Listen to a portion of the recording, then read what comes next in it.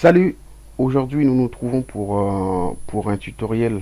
Donc ce que nous allons faire en premier lieu, nous allons configurer les équipements qui se trouvent dans le topologie que vous verrez tout à l'heure sur le schéma. Et nous allons sécuriser certains ports de certains équipements sur le schéma. Qu'est-ce que nous allons configurer? En premier lieu, nous allons configurer les machines, c'est-à-dire les ordinateurs.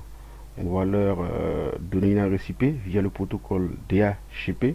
Nous allons aussi configurer SSH qui est Secure Shell.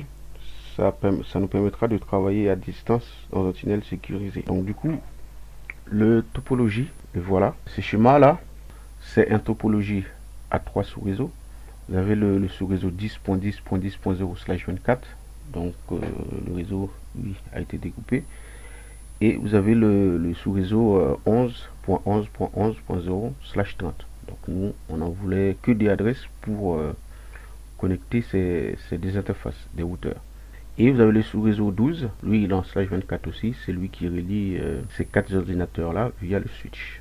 Et le sous-réseau 10 il relie ces 4 ordinateurs là aussi. Il nous faudra configurer un routage. Nous allons prendre le protocole RIP et puis vous verrez comment faire tout cela aussi.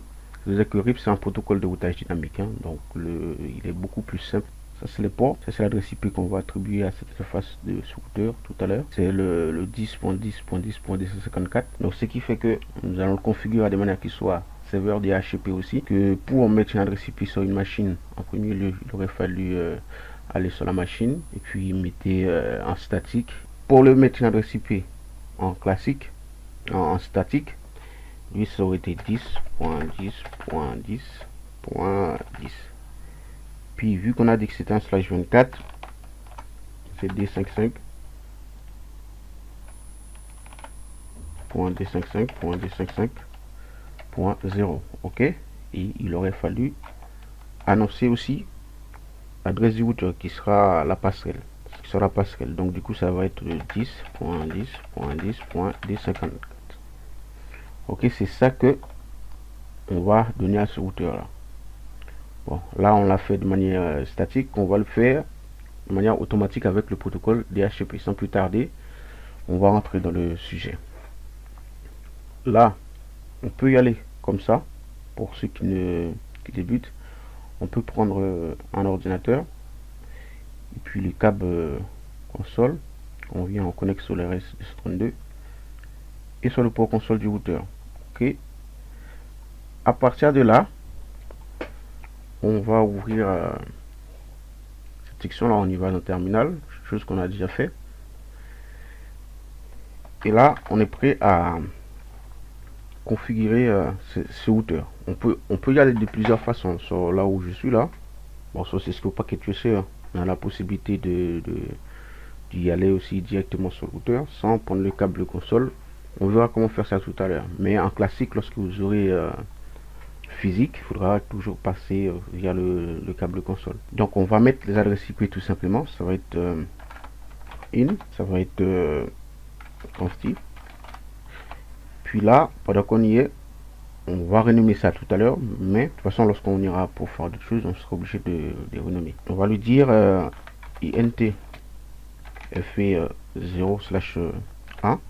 Ça c'est l'interface qui relie le réseau de 10. Donc on va lui dire IP address, on va lui dire que c'est 10.10.10.10.D54 avec le masque qui est D55.D55.D55.0. On peut lui faire no shutdown pour allumer cette interface. Nous venons de mettre une adresse IP sur cette interface là. Ok. Pendant qu'on y est, on peut lui dire que il sera aussi serveur DHCP en faisant exit pour sortir de cette interface. Votre configuration globale, on lui dit IP DHCP pool et puis on va nommer cette pool. On va dire LAN-pool. Ça c'est ok. Tout de suite après cette commande, on doit annoncer le réseau en fait. Lui normalement on avait dit que network 10.10.10.10.0 avec le masque 255.255.255.0. ok, qui donne l'adresse du routeur en même temps. Pour ça on fait default-routeur et puis on lui met l'adresse 10.10.10.10.10.254. on n'a pas besoin de donner le masque. C'est juste l'adresse qu'on lui dit, il faut qu'il donne à chaque machine qui demanderont. Par la suite, qui permettra aux machines de sortir du LAN où elles se trouvent pour aller connecter un réseau distant, par exemple. Ça, c'est fait. On a fini avec la configuration du HCP. Exit, puis on va dire il faut enregistrer ce qu'on vient de faire là aussi, et on va normalement, si on veut mettre une adresse IP sur cette machine là, par exemple, on n'avait pas encore mis d'adresse. Là, il est en statique. Si on met en client DHCP, il va chercher. Là, vous voyez que a reçu une adresse via l'IHCP qui est dans ce LAN là. Puis voici la passerelle du routeur, default gateway. Donc, pour adresser ces machines, il suffit de faire ça comme je fais là. Hop.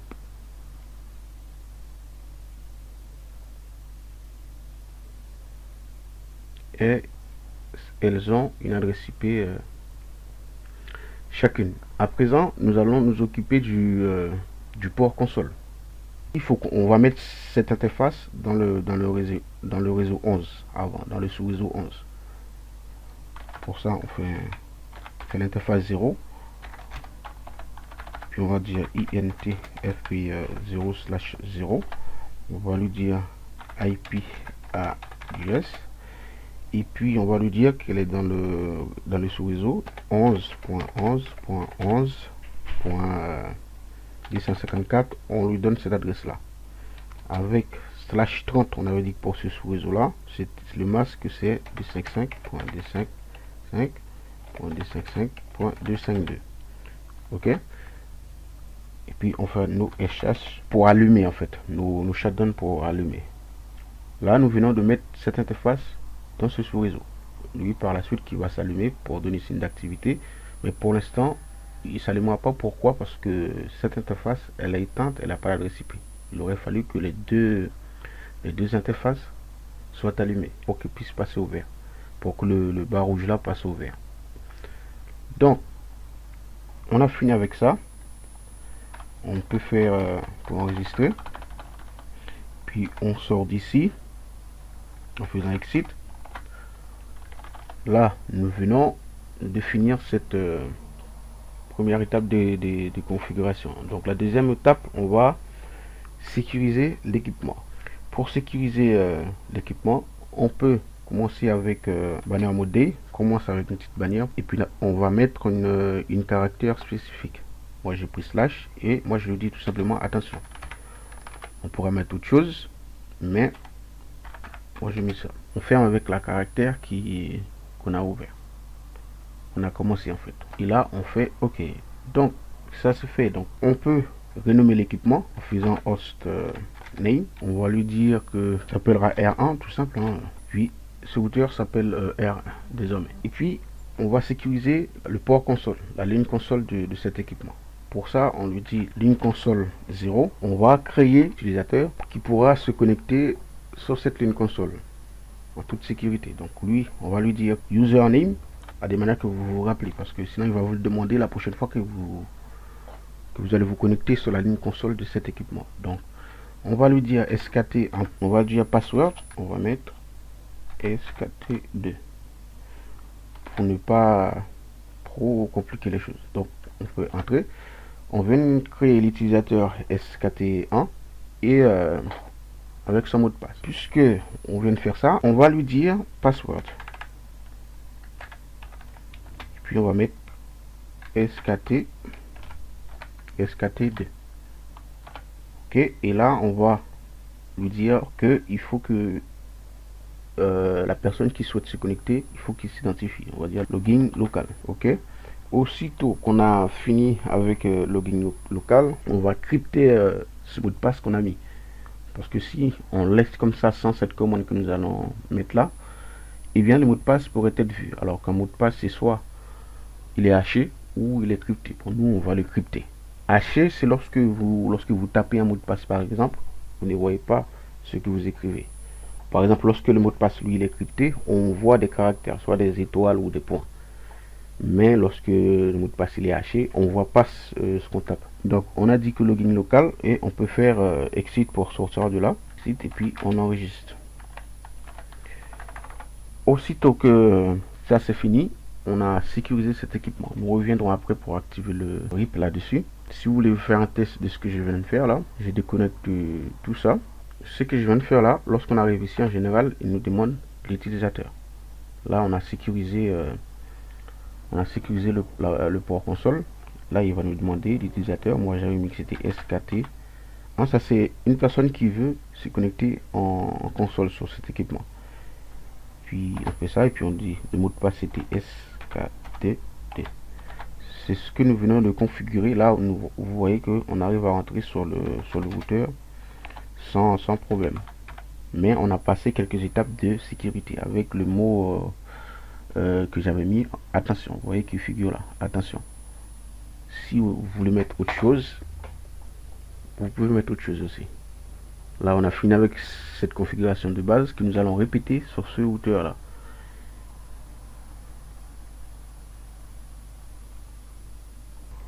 On y retourne sur ce routeur là. Comme je vous avais dit, on pouvait y aller là où on était sur le CLI du routeur de plusieurs façons. On a été de cette façon là. Nous irons cette fois-ci comme ça, en cliquant sur l'équipement, sur le routeur. Vous avez ces 4 onglets qui apparaissent là. Donc là vous avez le physical, c'est la partie physique de la machine. Comme quoi, si vous souhaitez mettre des ports supplémentaires, que voici là, vous n'aurez qu'à cliquer sur le port et vous le mettez là-dessus. Attention, éteignez d'abord la machine. Là, si vous voyez que là c'est vert, ça veut dire que la machine elle est allumée. Donc dans ce cas, il faudra éteindre. Puis on choisit les ports qu'on veut. D'accord? Puisque là c'est le port série, si on aurait voulu. Parce que là vous avez vu, j'aurais pu mettre un port série sur ce routeur, un autre port série sur l'autre routeur et les relier en série. Donc ce qui voudra dire que il aurait fallu choisir les ports ici. Donc là, ce routeur là, ça donne 2 ports par défaut. Facile net, utiliser les 2 ports par défaut, mais de toute façon on verra par la suite des autres tutoriels qui viendront sur le thème. Ok, donc nous on a la partie config. Là c'est là où on peut aussi administrer sur l'interface graphique, c'est-à-dire que mettre une adresse IP en interface graphique. Par exemple, si vous voulez, nous allons configurer l'interface 0 en graphique, et puis l'interface 1 nous allons la configurer en ligne de commande, comme on avait commencé au départ. Donc on a dit que l'interface 0, cette interface là, lui, elle est reliée au sous-réseau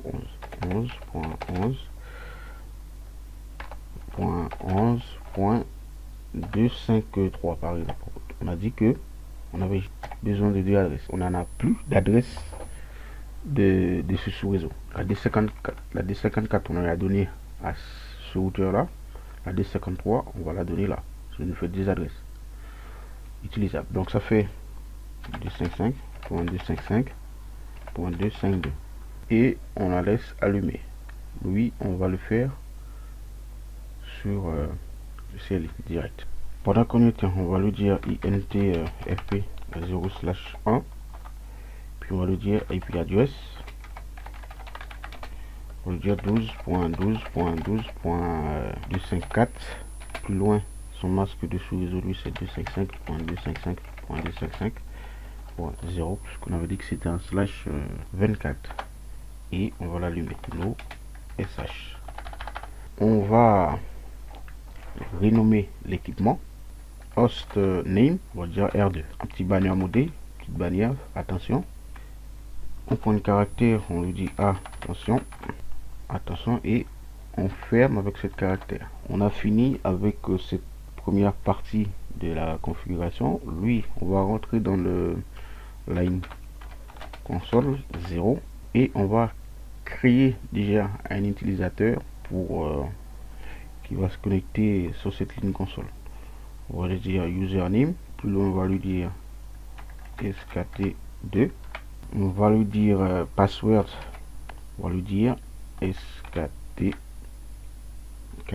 Et puis on va aussi lui dire login local et on va lui dire password SKT2. Ok, à partir du moment qu'on a fini avec ça, il reste une chose qui est crypter ce mot de passe. Service password-encryption.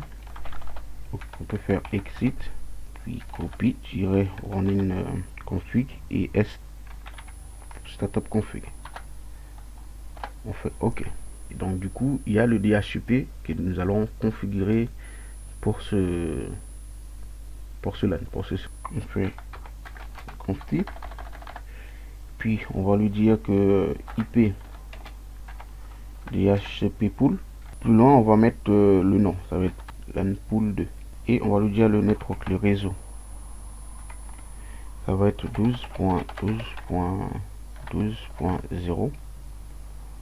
puis le masque c'est 255.255.255.0. on va lui dire default router pour qu'il puisse attribuer cette adresse à toutes les machines qui vont demander une adresse IP. On va lui dire que c'est la 12.12.12.254 qu'il faudra leur donner. On a fini avec le DHCP.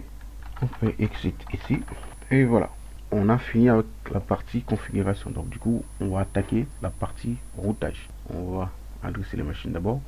La partie routage, c'est qui va permettre le réseau 12 de communiquer avec le réseau 10 et le réseau 10 communiquer avec le sous-réseau 11 aussi. Nous on a dit qu'on allait utiliser un protocole de routage dynamique. Nous allons activer RIP pour router ces trois réseaux. Soyez attentifs. Alors pour cela, on retourne sur le terminal de routeur. Là, vu qu'on a déjà sécurisé le port console, vu que là on est en port console, il nous a demandé l'utilisateur qu'on avait créé pour le port console. Nous, on avait dit que c'était SKT1, ça c'est l'utilisateur. Ensuite, le mot de passe, c'est SKT2. Ok, là on est rentré sur le routeur, on va faire in pour enable. Ici, on fait conf pour configure terminal. À présent, on peut activer RIP. Il suffit d'annoncer les réseaux qui sont connectés aux alentours de R1. Donc pour l'instant, on a dit que c'est routeur RIP. Deuxième commande, il faut mettre la version, parce qu'il y a la version 1 et la version 2. Vous mettez la version 2. Pourquoi la version 2? Elle tient en compte les sous-réseaux. Chose que vous avez vu, on n'a que des sous-réseaux dans la topologie. Donc du coup, la version 2, elle est à activer. Ok, et là on va lui faire network, on va annoncer les réseaux qui sont aux alentours de ce routeur. On va lui dire network. Plus loin on lui met le 10.10.10.0, on fait rentrer et on lui met le 11.11.11.0 et c'est tout. RIP est activé, donc les machines vont pouvoir se communiquer des deux sous-réseaux différents. Maintenant, pour qu'on puisse continuer, il faudrait que on enregistre sur ce routeur pour aller le faire pareil sur l'autre routeur en annonçant les réseaux. Pour ça, on sort d'ici en faisant end et c'est correct pour celui-là. On a enregistré, on retourne sur celui-là, on y va comme ça. Vous vous rappelez depuis tout à l'heure qu'on y va comme ça. On a grandi, on fait entrer. Pareil, il demande le mot de passe et l'utilisateur. Il nous demande de nous identifier, chose qu'on a fait avec la sécurité tout à l'heure. On va mettre SKT2. Ok, on fait rentrer. On avait mis comme mot de passe SKT4. Là, on est sur le R2.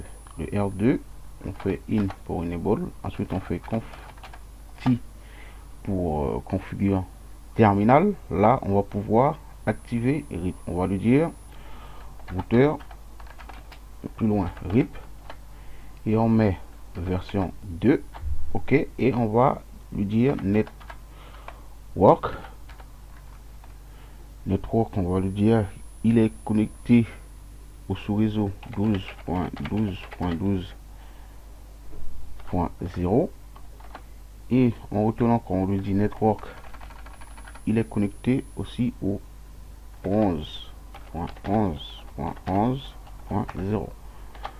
ok, on fait ça pour enregistrer. On peut faire exit ou end pour quitter. Là on a quitté, c'est bon pour ce routeur. On a activé le routage. Puisqu'on a activé le routage RIP sur la topologie, là on va tester le routage. Là on a une machine du réseau, du sous-réseau 10 qui a la pointe 3 comme adresse. On va pinguer l'autre machine qui est qui doit avoir une adresse IP dans le sous-réseau 12. On va appuyer la pointe 4. On va aller sur le command point machine, on fait ping pour voir si le routage est bien rentré en jeu. 2.12.4 on avait dit.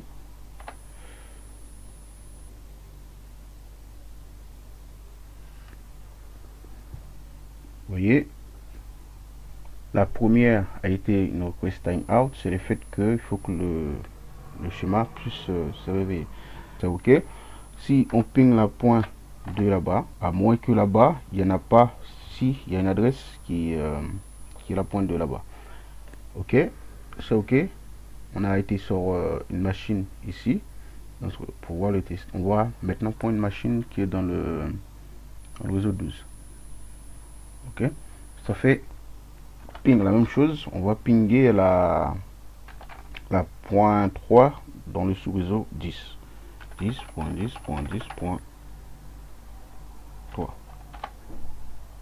Vous voyez que le routage RIP est mis en place. La suite, on va activer SSH. Ok, on en a fini avec RIP. On va maintenant activer SSH sur ce routeur. On y retourne sur le terminal. On fait OK. Et on s'identifie. On dit que c'était SKT1, SKT2. Puis on fait et puis config. Et là on est parti pour aller activer SSH. Donc l'activation de SSH, elle consiste à rentrer quelques commandes dans le CLI du routeur. Là nous nous trouvons actuellement. Depuis tout à l'heure on travaille là-dessus. Donc dans la première commande on va faire host name. On va renommer le routeur. On va lui dire qu'il s'appellera R3 désormais. Ok, ça c'est pas la plus dure. Et on va lui donner un nom de domaine, IP domain name.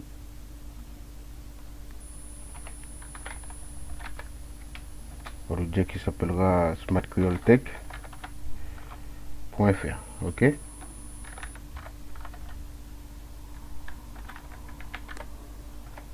ça c'est le nom de domaine qu'on lui donne. On va activer la version 2 des SSH. IP SSH version 2. Et on va créer un utilisateur ou une utilisatrice pour se connecter en SSH. Lui, on va dire que c'est username. Puis on met le nom qu'on veut donner comme utilisateur. Nous, on va mettre Cisco 1. On va lui dire secret pour le mot de passe pour Cisco 1. Ça va être Cisco 2. Ok. Et aussitôt on va générer une clé de chiffrement, une clé asymétrique. Ok. Pour ça, crypto key generate RSA.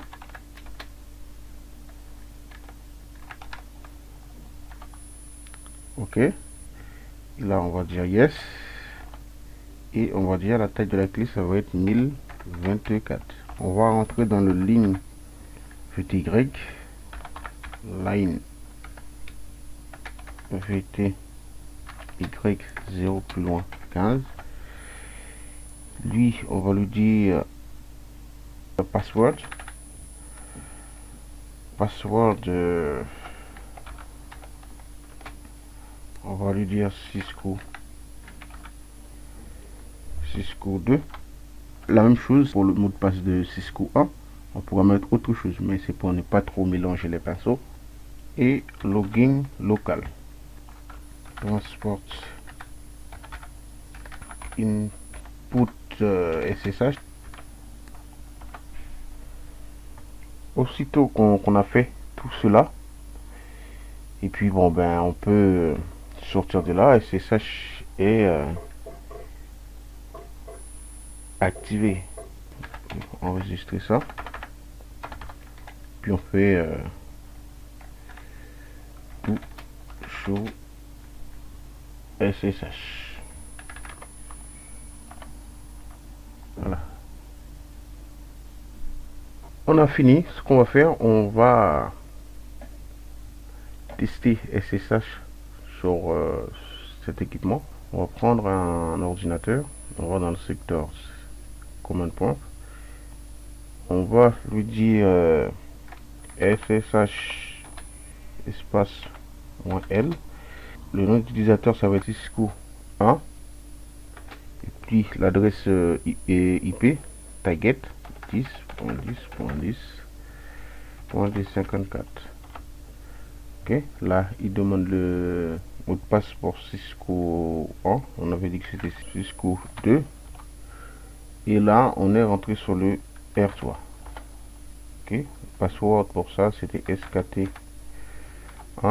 Puis on peut faire ce qu'on veut avec le routeur là actuellement, parce que on est connecté là-dessus en SSH. Par exemple, on peut même voir sa configuration en faisant ça. Normalement c'est doux, lorsqu'on est là c'est doux show one, et là vous avez toute la configuration qu'on a effectuée sur cet équipement. On a le DHCP qu'on a mis là-bas, puis username, voilà, tous les utilisateurs qui sont créés là-dedans. Là vous avez Cisco et Cisco 1, SKT1, SKT2, puis la version de SSH c'est la version 2, et puis domaine lookup c'est smartcreoltech.fr. c'est tout ce que nous venons de organiser là. ok, maintenant on va attaquer le switch qui est similaire au routeur, mais sauf qu'il faudra qu'on mette une adresse IP à l'intérieur du VLAN 1. ok, bon ben là on va attaquer un switch après l'autre. C'est la même façon hein, qu'on va procéder. Donc du coup pour le switch, je vais faire un seul IO après le reste, sinon le film là il va durer trop longtemps. Bon, après on va voir si on peut enfin si la taille de la vidéo va être correcte. On va voir. Donc du coup pour le switch, on va faire pas mal de choses sur le switch. On va déjà en premier lieu déconnecter du routeur pour nous connecter sur le switch sur le port console. Jusque là on n'avait pas encore managé un switch sur dans le tutoriel là. Ce tutoriel là on l'a fait, mais sur d'autres tutoriels. Donc vous êtes censé aller un peu plus vite pour ce qu'on a vu. On ferme ça. Là on n'est plus sur le routeur. On va ouvrir le terminal du switch. En premier lieu, vous avez le switch, il est un peu vierge là, il n'y a pas de configuration. On peut faire show one pour voir. On va voir le de line VTY. Ça c'est la version de l'OS, vous voyez là, la 12.1 0K4 5A15. ok, ça va. Ça c'est pour la configuration de line VTY. Donc ça par contre, ce qu'on arrive là, on va voir aussi. Par exemple, on peut faire SHVL pour show VLAN. Donc nous, on va nous servir de ce VLAN là, le VLAN 1. Vous voyez que la seule façon qu'on pourra mettre une adresse IP sera sur un commutateur, sur un switch. C'est cette façon que je vais procéder avec vous. Donc on aurait pu créer des VLAN, mais on va pas en créer, on va juste garder celui par défaut, le 1. De toute façon, on fera un autre tutoriel sur le VLAN. De toute façon, je vous ferai un tutoriel sur le VLAN parce que c'est un gros sujet. Ok, si ça vous intéresse, comme ça vous verrez comment manipuler ça un peu. Donc là, c'est qu'on pourra faire, on va procéder comme ça en faisant ligne console 0, une console 0, et puis on peut lui dire login local en premier lieu.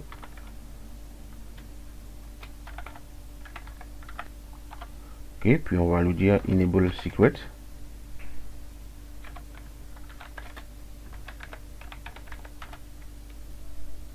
On va mettre SKT2.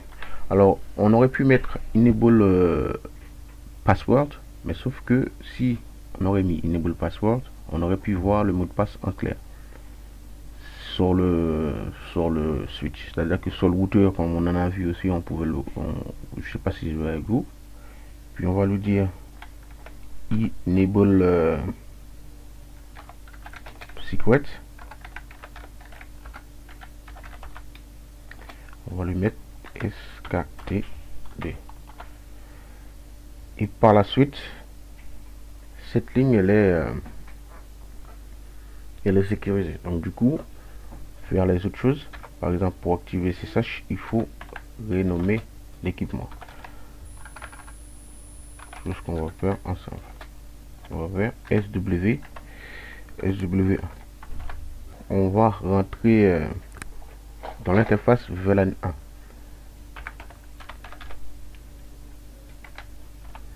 Et là on est rentré dans l'interface, on va lui dire IP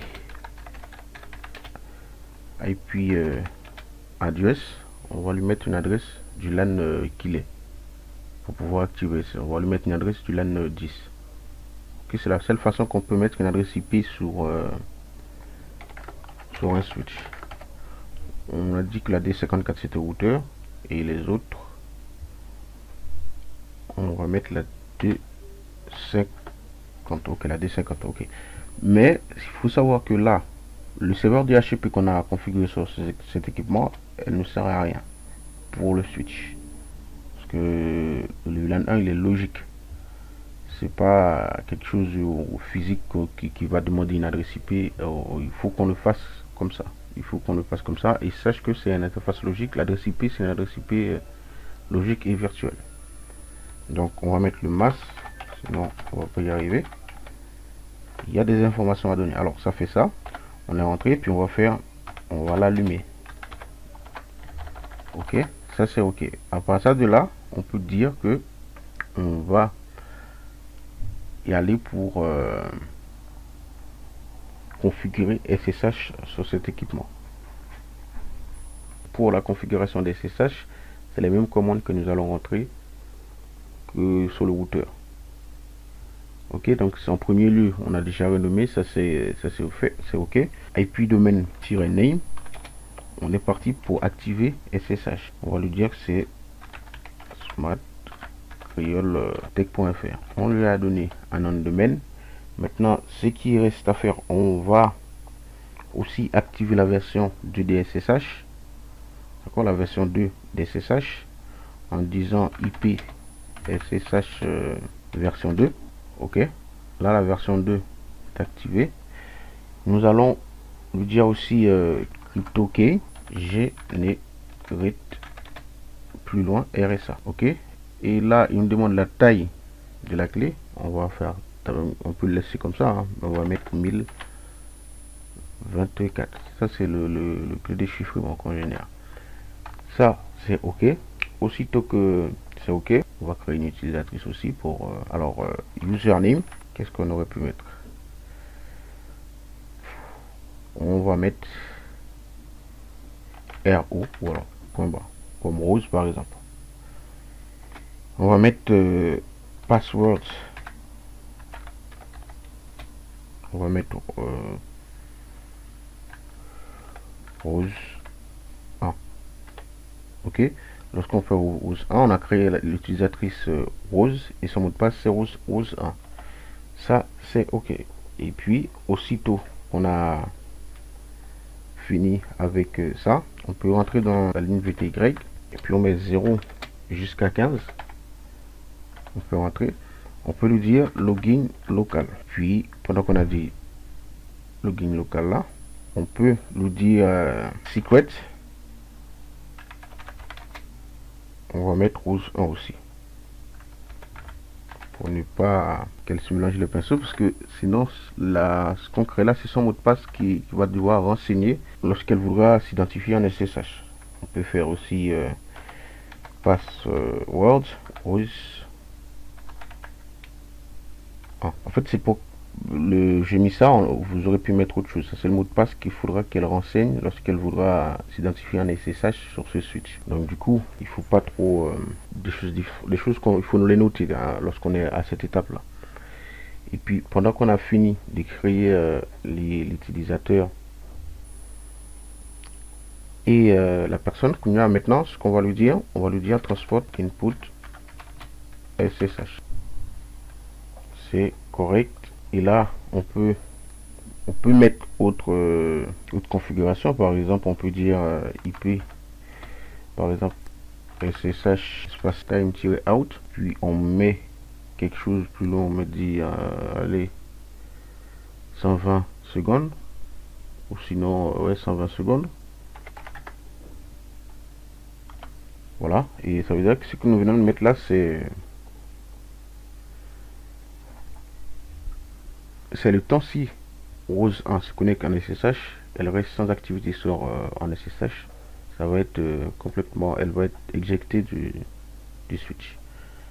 Ensuite on peut faire do show SSH, que là pour voir quelque chose, pour voir cette chose là, il faut mettre cette commande devant. Do, enfin SSH est activé sur cet équipement. Si on fait un test pour le voir, puis on peut faire par exemple, on va tester tout ce qu'on a fait là déjà. On va voir la configuration parce qu'on en a fait pas mal.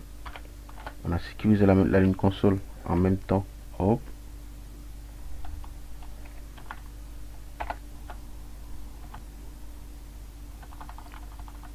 Ok, puis on va faire exit pour sortir complètement. Déjà là, username, on a dit que c'était SKT. Là on teste la sécurité d'abord. SKT 1, plus loin pour entrer, et SKT 2, ça c'est la sécurité. Donc déjà lui SKT 1 et puis SKT 2. Là on est connecté sur le switch en console. Ça c'est la sécurité du console qu'on a vérifié. C'est-à-dire qu'on peut faire pas mal de choses hein.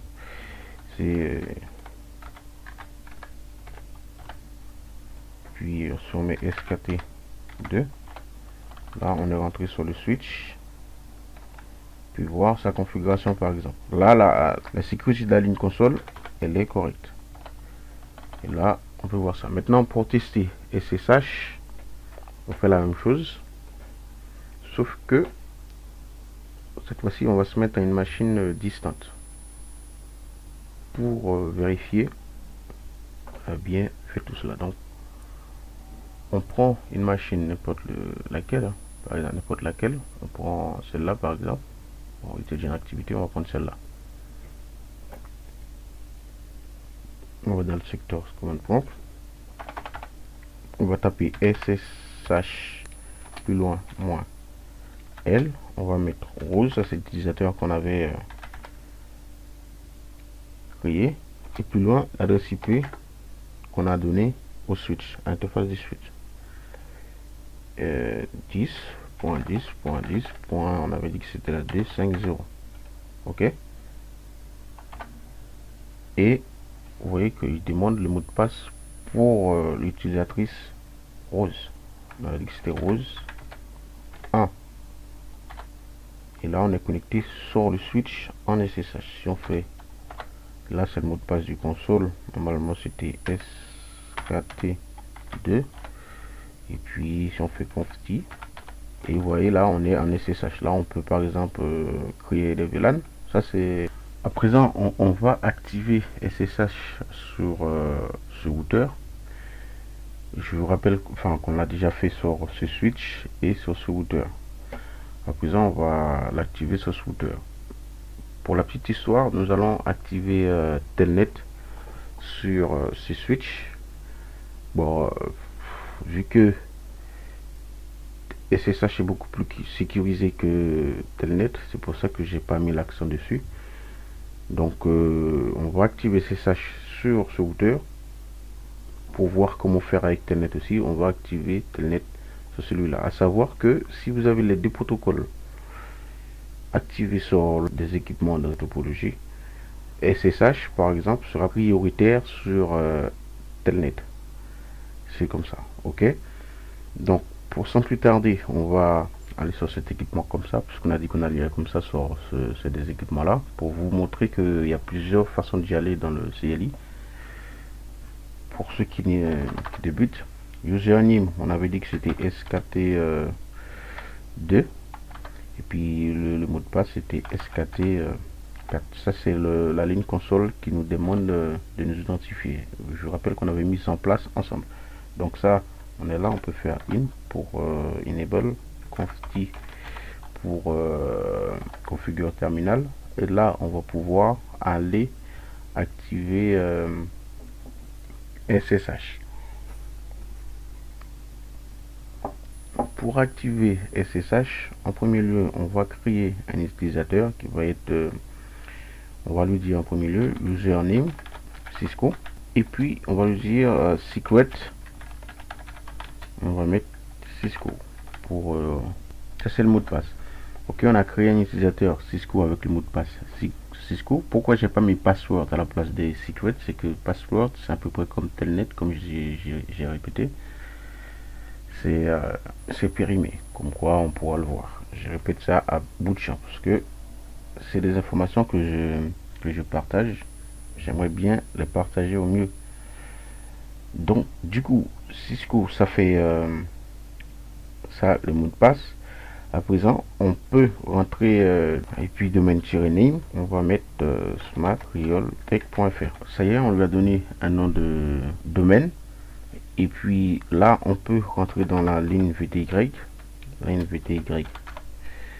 VTY 0 jusqu'à 15.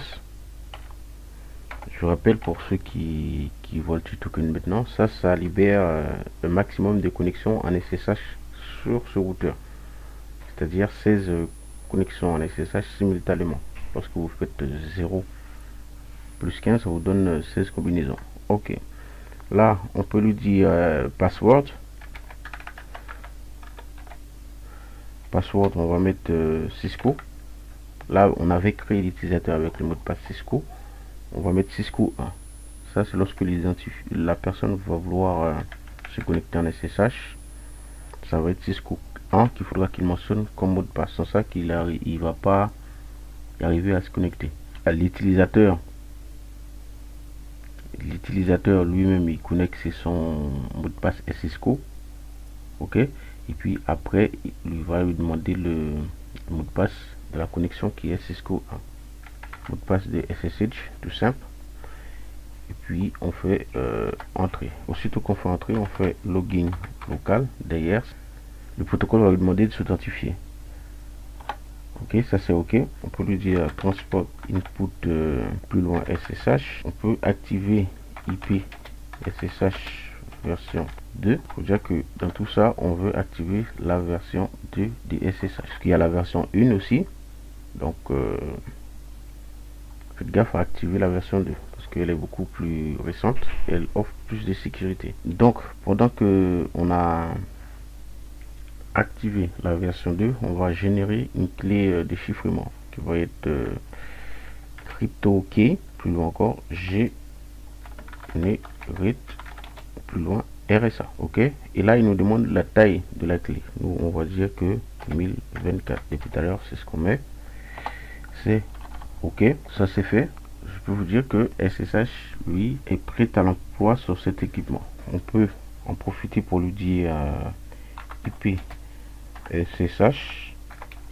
On va dire que plus loin, on va mettre time-out. Ça, c'est en plus. On met 120 secondes. Sinon, SSH en lui-même est déjà activé sur cet équipement. On met ça. Là, on lui a dit que si un individu est connecté en SSH qui reste une affaire de 120 secondes, eh bien, il va être éjecté de la connexion SSH. Aussi, on peut voir en faisant show. Pendant qu'on est là, on peut pas faire show tout simplement. Il faut faire do show SSH. C'est OK. Donc nous, on va vérifier ça sur une des machines qui se trouve là, dans ce LAN là, le LAN 12. On fait comme une pompe et puis on fait SSH espace -L, puis on va mettre l'utilisateur Cisco. Plus loin, l'adresse IP de cette équipe de l'interface de ce routeur. Donc lui c'est 12.12.12.254. Puis là il demande le mot de passe de l'utilisateur Cisco. On avait dit que c'était Cisco aussi. Là on est connecté sur le R2 en SSH. Ok, on a fini avec cet équipement là qui est le R2. On va s'attaquer au switch de ce LAN là. Lui par contre on va juste activer Telnet dessus comme on avait dit. De cette façon là, on clique dessus, on va dans l'onglet CLI. Puis là on n'avait pas vraiment fait des configurations là dessus. On a un switch vierge. On peut faire in pour enable ici. Et puis conf t pour entrer dans le mode de configuration globale. Pendant qu'on y est là, on peut le renommer. Faut le renommer parce qu'il est vierge. Pour lorsque vous activez Telnet ou SSH son équipement, faut les renommer. Sauf que bon, c'est plus la peine d'activer Telnet. Vous pouvez le faire, mais en test local. Lorsque vous êtes dans un réseau local, vous n'avez pas besoin de sortir du réseau. Vous pouvez tester Telnet, mais la plupart du temps, il vaut mieux utiliser SSH. Pour ce switch là, on va le faire on va sécuriser la ligne console là-dessus aussi. On va dire hostname, on va le renommer d'abord. Host, on va dire SW2. La ligne console, on va dire line console 0. Ah, il l'a pas pris. Il manque un NN ici. Line console 0. Puis on va créer un utilisateur. On va lui dire c'est username. On va mettre Cisco. Ça c'est pour la ligne console. Cisco. Et puis on va mettre secret. On va mettre Cisco aussi. Ça c'est fait. On peut lui dire aussi login. Lorsque vous voyez ce message là, ça veut dire que le mot de passe n'est pas encore mis. C'est pour ça qu'il nous dit que il faut un mot de passe lorsque vous activez le login. Donc du coup, ce qu'on va faire, on va dire password, puis on va mettre Cisco. À partir de là, la ligne console, elle est sécurisée. Ok, on va continuer. On va sortir de la ligne console en faisant exit. Et puis on va rentrer. C'est la même façon qu'on avait fait la dernière fois sur l'autre switch. On va rentrer dans l'interface VLAN 1, IMT VL1. Puis on va lui dire IP address. IP address, on va lui mettre 12.12.12.250 250 avec le masque 255.255.255.0. Ok, on a mis une IP. On va faire nos SH pour l'allumer. Là c'est allumé. L'interface VLAN 1 c'est ok. Maintenant ce qu'on va faire, on va pouvoir activer Telnet. On peut faire exit pour sortir ici, puisqu'on a mis une adresse IP. Parce que pour activer Telnet il faut une adresse IP. Donc pour ça on va dire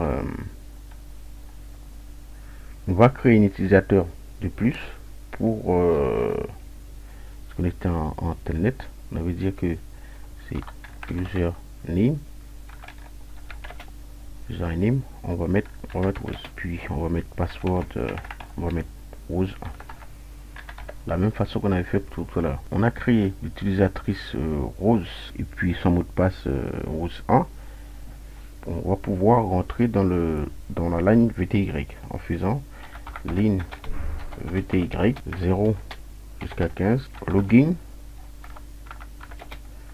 local. Et par la suite on va lui dire transport input telnet, puisque c'est telnet qu'on va activer sur cet équipement. À partir de là, normalement, vous avez telnet qui est activé sur ce switch, puisqu'on a mis password, service password encryption, encrypter le mot de passe qu'on a mis pour telnet. Ok, ça c'est ok. On peut faire pour enregistrer, là on peut faire ça.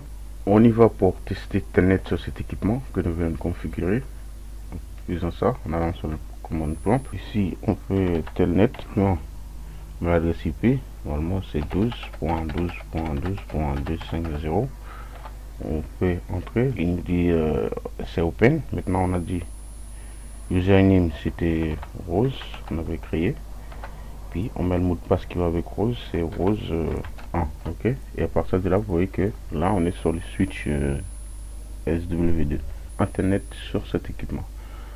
Ça sera tout pour ce tutoriel. J'espère que vous aurez au moins retenu quelque chose. Bon, après il y aura d'autres tutoriels sur le sujet.